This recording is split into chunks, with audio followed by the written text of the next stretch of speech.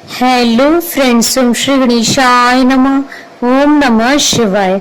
आप सभी का स्वागत है आपकी अपनी यूट्यूब चैनल पर।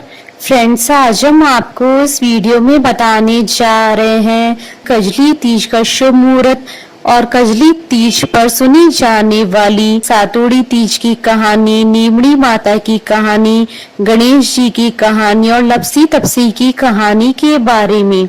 फ्रेंड्स, वीडियो शुरू करने से पहले आपसे रिक्वेस्ट है, अगर आप हमारी चैनल पर नए हैं और आपने अभी तक चैनल को सब्सक्राइब नहीं किया है तो प्लीज सब्सक्राइब कीजिएगा चैनल को, साथ ही प्रेस कीजिएगा बेल आइकन को, जिससे नए वीडियो से रिलेटेड नोटिफिकेशन आपको तुरंत प्राप्त हो सके। और वीडियो पसंद आने पर वीडियो को लाइक और शेयर जरूर कीजिएगा ताकि सभी भक्तों को इस वीडियो का लाभ प्राप्त हो सके। और कमेंट बॉक्स में ओम श्री गणेशाय नमः जरूर लिखिएगा। कजरी तीज हर साल भाद्रपद मास के कृष्ण पक्ष की तृतीय तिथि को मनाई जाती है। कजरी तीज को कजली तीज, बूढ़ी तीज व सातोड़ी तीज भी कहा जाता है। इस दिन सुहागिनी उपवास रखकर भगवान शिव और माता पार्वती से पति की लंबी उम्र की कामना करती है। कजरी तीज के दिन महिलाएं नीमड़ी माता की पूजा करती हैं। यह व्रत सुहागिन स्त्रियां सुख समृद्धि की कामना से करती हैं। यह व्रत निर्जला रखा जाता है। गर्भवती महिलाएं जल और फलहार ले सकती हैं। कुंवारी लड़कियां अच्छे वर की प्राप्ति के लिए व्रत रखती हैं।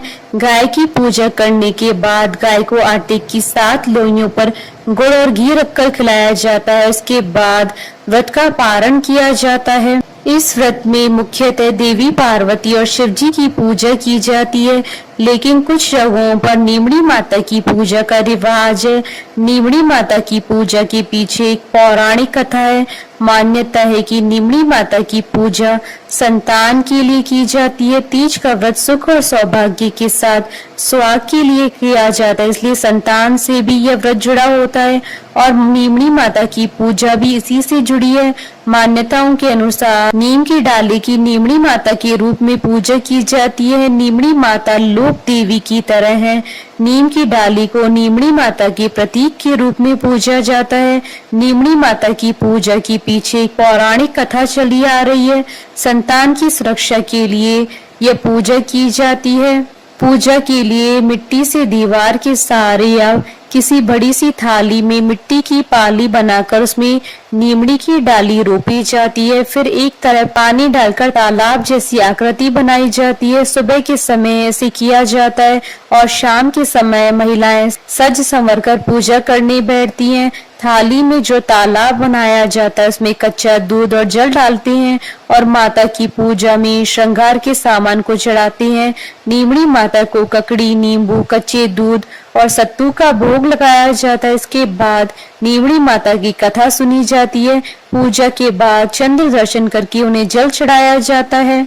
सातोड़ी तीज के दिन सातोड़ी तीज की कथा, नीमड़ी माता की कथा, गणेश जी की कथा और लपसी तपसी की कहानी सुनी जाती है। फ्रेंड्स, अब आइए जानते हैं साल 2025 की कजरी तीज अर्थात सातोड़ी तीज की शुभ मुहूर्त के बारे में। हिंदू पंचांग के अनुसार साल 2025 में कजरी तीज 12 अगस्त 2025 मंगलवार के दिन है। भाद्रपद कृष्ण तृतीय तिथि प्रारंभ होगी 11 अगस्त 2025 को सुबह 10:33 पर और भाद्रपद कृष्ण तृतीय तिथि का समापन होगा 12 अगस्त 2025 को सुबह 8:40 पर। उदय तिथि के आधार पर कजरी तीज का व्रत 12 अगस्त 2025 मंगलवार के दिन रखा जाएगा। इस दिन चंद्रोदय का समय रहेगा 12 अगस्त 2025 को रात्रि 9:05 पर। इस दिन सर्वा सिद्धि योग, सुकर्मा योग और धृति योग का शुभ संयोग भी बन रहा है। साथ ही इस दिन भाद्रपद मास की संकष्टी चतुर्थी, जिसे बड़ी चौथ और बहुला चौथ के नाम से भी जाना जाता है, का व्रत रखा जाएगा। सर्वा सिद्धि योग का प्रारंभ होगा 12 अगस्त 2025 को सुबह 11:52 से अगले दिन सुबह 13 अगस्त 2025 को 5:57 तक। इन दुर्लभ संयोगों के बनने के कारण साल 2025 की कजरी तीज का महत्व कई गुना अधिक बढ़ जाता है। इस दिन व्रत रखने पर व्रत का दुगना फल प्राप्त होगा। आपकी सभी मनोकामनाएं शीघ्र ही पूर्ण होंगी और अखंड सौभाग्य की प्राप्ति होगी।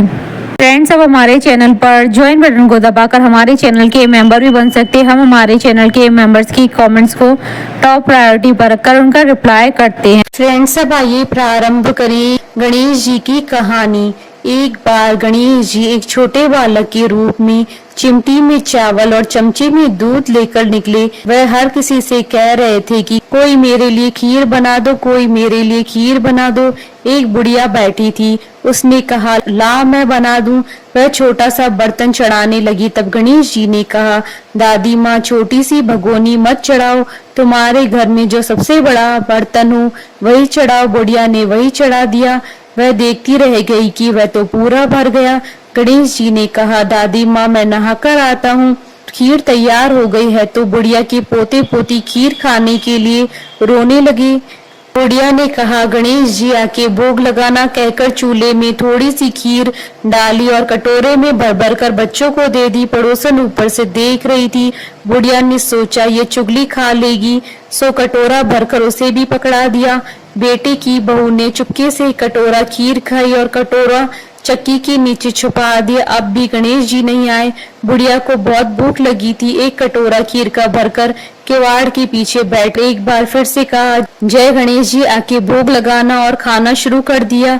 तभी गणेश जी आ गए। बुढ़िया ने कहा आजा रे गणेशा खीर खा ले, मैं तो तेरी राह देख रही थी। गणेश जी ने कहा दादी माँ मैंने तो खा ली। बुढ़िया ने कहा कब खाई? गणेश जी ने कहा जब तेरे पोती पोती ने खाई तब खाई, जब तेरी पड़ोसन ने खाई तब खाई, जब तेरी बहू ने खाई तब खाई, और जब तूने खाई तो पेट पूरा ही भर गया। बुढ़िया ने कहा बेटा और सारी बात तो सच है, पर बहू बेचारी का नाम मत लेवे, वो तो सुबह से काम में लगी रही है।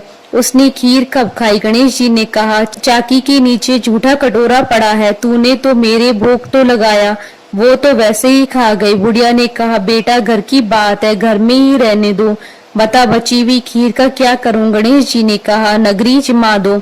लोगों को न्योता दिया तो सब हंसने लगे कि बोले कल तक जो खाने का पता नहीं था आज नगरी जमाएंगे। फिर भी लोग आए और ठाठ से जी में नगरी जमा दी, तब भी बर्तन पूरा ही भरा रहा। राजा को पता लगा तो बुढ़िया को बुलाया और कहा क्यों बुढ़िया ऐसा बर्तन तेरे घर अच्छा लगे या हमारे घर? बुढ़िया ने कहा राजा जी आप ले लो। राजा जी ने खीर का बर्तन महल में मंगवा लिया। लाते ही खीर में कीड़े मकोड़े बिच्छू पड़ गए और दुर्गंध भी आने लगी। राजा जी ने कहा बुढ़िया बर्तन वापस ले जा, तुझे हमने दिया। बुढ़िया ने कहा राजा जी आप देते तो पहले ही कभी दे देते, यह तो मुझे गणेश जी ने दिया है। बुढ़िया ने बर्तन वापस लिया। लेते ही खीर सुगंधित हो गई। घर आकर बुढ़िया जी ने गणेश जी से पूछा बची हुई खीर का क्या करूं? गणेश जी ने कहा झोपड़ी के कोने में खड्डा खोदकर गाड़ दिए, उसी जगह सुबह उठकर वापस खोदेगी तो धन के 2 चरे मिलेंगे। ऐसा कहकर गणेश जी अंतर ध्यान हो गए। जाते समय झोपड़ी को लात मारते हुए गए तो झोपड़ी के स्थान पर महल हो गया। सुबह बहू ने फावड़ा लेकर पूरे घर को खोद दिया तो कुछ भी नहीं मिला। बहू ने कहा सासू जी आपके गणेश जी तो झूठे हैं। सास ने कहा बहू मेरे गणेश जी झूठे नहीं है, ला मैं देखूं। वह सुई लेकर खोदने लगी तो टन टन करते हुए 2 धन के भरे चरे निकल आए। बहू ने कहा सासू जी गणेश जी तो सच्चे हैं। सास ने कहा गणेश जी तो भावना के भूखे हैं। गणेश जी जैसे आपने बुढ़िया को दिया वैसे सबको देना। कहानी कहने वाले और हुंकारा भरने वाले को, कहानी सुनने वाले सबको देना। फ्रेंड्स, अब आइए प्रारंभ करें कजरी तीज की कथा। धर्म ग्रंथों में कजली तीज की 2 कथाएं प्रचलित हैं। पहली कथा, एक कथा के अनुसार एक नगर में गरीब ब्राह्मण रहता था। उस ब्राह्मण की पत्नी ने कजरी तीज का व्रत रखकर ब्राह्मण से कहा, हे स्वामी, मैंने आज कजली तीज का व्रत रखा है, आप मेरे लिए कहीं से भी चने का सत्तू लेकर आएं, जिससे कि मैं अपने व्रत का पालन कर सकूं। ब्राह्मण अपनी पत्नी की बात सुनकर चिंतित हो जाता है और सोचता है कि मैं सत्तू कहाँ से लेकर आऊं। अपनी पत्नी की बात सुनकर ब्राह्मण उसी समय घर से निकल गया और साहूकार की दुकान पर पहुंच गया और चने की दाल, घी, शक्कर आदि मिलाकर 1.25 किलो सत्तू बनवा लिया और घर की ओर चलने लगा। साहूकार ने उसे जाता देखकर रोका और पैसे देने के लिए कहा। ब्राह्मण के पास पैसे नहीं थे, जिसके बाद साहूकार और ब्राह्मण के बीच में बहस होने लगी। दोनों के बीच जोर जोर से बहस होने पर साहूकार की नौकर भी जाग गए और चोर चोर की आवाज लगाने लगे। ब्राह्मण ये सब देखकर वहां से भागने लगा। तभी साहूकार के नौकर उसका पीछा करने लगे और उसे पकड़कर साहूकार के पास ले गए। ब्राह्मण ने साहूकार को अपनी स्थिति के बारे में बताया और यह भी बताया कि उसकी पत्नी ने आज तीज का व्रत किया है, इसलिए मैंने यह सत्तू बनवाया है जिससे उसका व्रत पूर्ण हो सके। साहूकार के नौकरों ने उस ब्राह्मण की तलाशी ली, लेकिन उन्हें सिवाय सत्तू के अलावा और कुछ नहीं मिला। वहां घर पर उस ब्राह्मण की पत्नी उसका इंतजार कर रही थी ताकि वह अपने व्रत को पूर्ण कर सके। साहूकार को उस गरीब ब्राह्मण पर दया आ गई और उसने उस ब्राह्मण से कहा कि आज से तुम्हारी पत्नी मेरी बहन है। जिसके बाद उसने ब्राह्मण को सत्तू, गहने, रुपए, मेहंदी और लच्छा और बहुत सारा धन दिया और उस ब्राह्मण की पत्नी ने कजली माता के व्रत को पूर्ण किया। दूसरी कथा। एक साहूकार था, उसके 7 बेटे थे। उसका सबसे छोटा बेटा अपाहिज था। वह रोजाना एक वैश्य के पास जाया करता था। उसकी पत्नी बहुत पतिव्रता थी, खुद उसे कंधे पर बैठाकर वैश्य के यहाँ ले जाया करती थी। बहुत गरीब थी, जेठानियों के पास काम करके अपना गुजारा किया करती थी। भाद्रपद महीने की कजली तीज के दिन सभी ने तीज माता के व्रत और पूजा के लिए सातु बनाए। छोटी बहू गरीब थी, उसकी सास ने उसके लिए एक सातु का छोटा पिंड बनाया। शाम को पूजा करके जैसे ही वो सातु पासने लगी, उसका पति बोला, मुझे वैश्या के यहाँ छोड़ आओ। हर दिन की तरह उस दिन भी वह पति को कंधे पर बैठाकर छोड़ने गई, लेकिन वो बोलना भूल गया। तुम जाओ। वह बाहर ही उसका इंतजार करने लगी। इतने में जोर जोर से वर्षा आने लगी और बरसाती नदी में पानी बहने लगा। कुछ देर बाद नदी से आवाज आई, आव तारी जाव तारी, दोना खोल के पी, पिया प्यारी होए। आवाज सुनकर उसने नदी की तरफ देखा तो दूध का दोना नदी में तैरता हुआ आता दिखाई दिया। उसने दोना उठाया और 7 बार उसे पीकर दोने के 4 टुकड़े किए और चारों दिशाओं में फेंक दिए। उधर तीज माता की कृपा से वैश्या अपना सारा धन उसके पति को वापस देकर सदा के लिए वहां से चली गई। पति ने सारा धन लेकर घर आकर पत्नी को आवाज दी। उसकी पत्नी ने कहा, मैं दरवाजा नहीं खोलूंगी।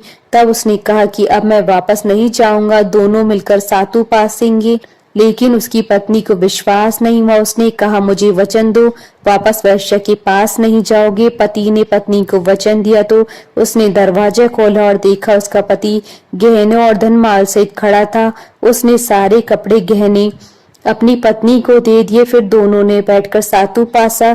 सुबह जब जेठानी की यहाँ काम करने नहीं गई तो बच्चे बुलाने आए, काकी चलो सारा काम पड़ा है।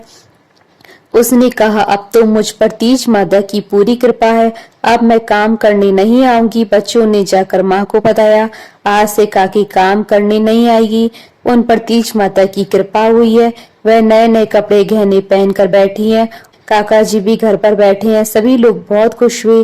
हे तीज माता, जैसे आप उस पर प्रसन्न हुई वैसे ही सब पर प्रसन्न होना, सबके दुख दूर करना, कथा अधूरी हो तो पूरी करना, पूरी हो तो मान रखना। फ्रेंड्स, अब आइए प्रारंभ करें नीमड़ी माता की व्रत कथा।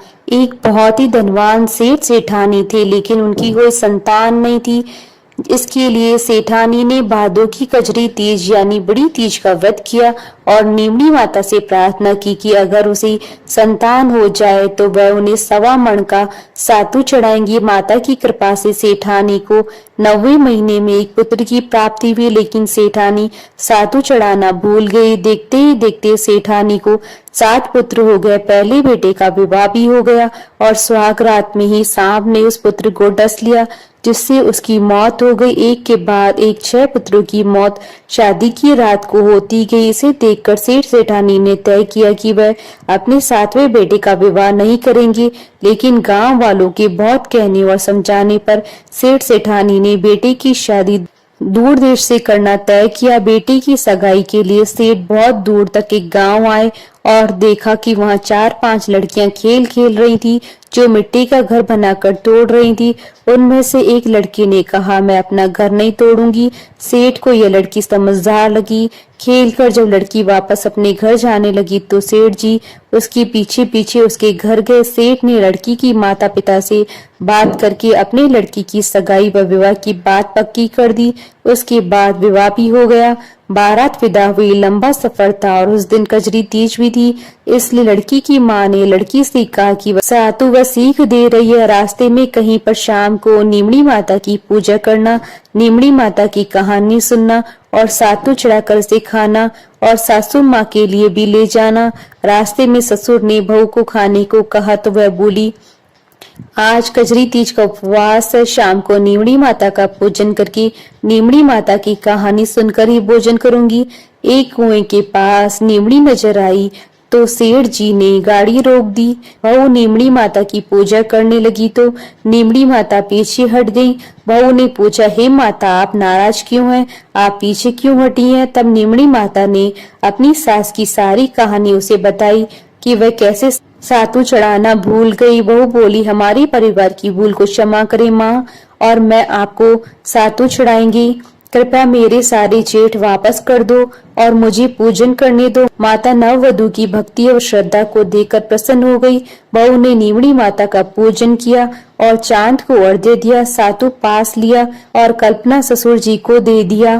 प्रातः होने पर बारात अपने नगर को लौट आई। बहू के ससुराल में प्रवेश करते ही उसके सारे जेठ प्रकट हुए। सास बहू के पैर पकड़कर धन्यवाद करने लगी। तब बहू ने सारी कहानी सास को बताई और कहा कि अपनी भूल को सुधार करे और नीमड़ी माता को सातु चढ़ाएं। 12 महीने के बाद कजरी तीज पर सभी बहू और सास ने मिलकर 7.25 मन का सातु नीमड़ी माता को चढ़ाया। नीमड़ी माता जैसा उनके आनंद हुआ वैसा सबके हुए। खोटी की खरी अधूरी की पूरी। फ्रेंड्स, अब आइए प्रारंभ करें लपसी तपसी की कहानी। एक लपसी था, एक तपसी था। तपसी हमेशा भगवान की तपस्या में लीन था। लपसी रोजाना 1.25 सेर की लपसी बनाकर भगवान को भोग लगाकर जीम लेता था। एक दिन दोनों लड़ने लगे। तपसी बोला, मैं रोज भगवान की तपस्या करता हूँ इसलिए मैं बड़ा हूँ। लपसी बोला, मैं रोज भगवान को 1.25 सेर लपसी का भोग लगाता हूँ इसलिए मैं बड़ा हूँ। नारद जी वहां से गुजर रहे थे। दोनों को लड़ता देखकर उनसे पूछा कि तुम लड़ क्यों रहे हो? तपसी ने खुद को बड़ा होने का कारण बताया और लपसी ने अपना कारण बताया। नारद जी बोले, तुम्हारा फैसला मैं कर दूंगा। दूसरे दिन लपसी और तपसी नहाकर अपनी रोज की भक्ति करने आए तो नारद जी ने छुपकर 1.25 करोड़ की एक अंगूठी दोनों के आगे रख दी। तपसी की नजर अंगूठी पर पड़ी तो उसने चुपचाप अंगूठी उठाकर अपने नीचे दबा ली। लपसी की नजर जब अंगूठी पर पड़ी लेकिन उसने ध्यान नहीं दिया और भगवान को भोग लगाकर लपसी खाने लगा।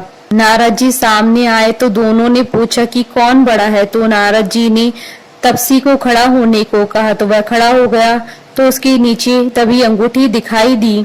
नारद जी ने तपसी से कहा, तपस्या करने के बाद भी तुम्हारी चोरी करने की आदत नहीं गई, इसलिए लपसी बड़ा है और तुम्हें तुम्हारी तपस्या का कोई फल नहीं मिलेगा। तपसी शर्मिंदा होकर माफी मांगने लगा। उसने नारद जी से पूछा, मुझे मेरी तपस्या का फल कैसे मिलेगा? नारद जी ने कहा, यदि कोई गाय और कुत्ते की रोटी नहीं बनाएगा तो फल तुझे मिलेगा। यदि कोई ब्राह्मण को भोजन करवाकर दक्षिणा नहीं देगा तो फल तुझे मिलेगा। यदि कोई साड़ी के साथ ब्लाउज नहीं देगा तो फल तुझे मिलेगा। यदि कोई दिए से दिया जलाएगा तो फल तुझे मिलेगा। यदि कोई सारी कहानी सुने लेकिन तुम्हारी कहानी नहीं सुने तो फल तुझे मिलेगा। उसी दिन से हर व्रत कथा और कहानी के साथ लपसी तपसी की कहानी सुनी और कही जाती है। हमारे साथ इस वीडियो में अंत तक बने रहने के लिए आपका धन्यवाद। ओम श्री गणेशाय नमः। ओम नमः शिवाय।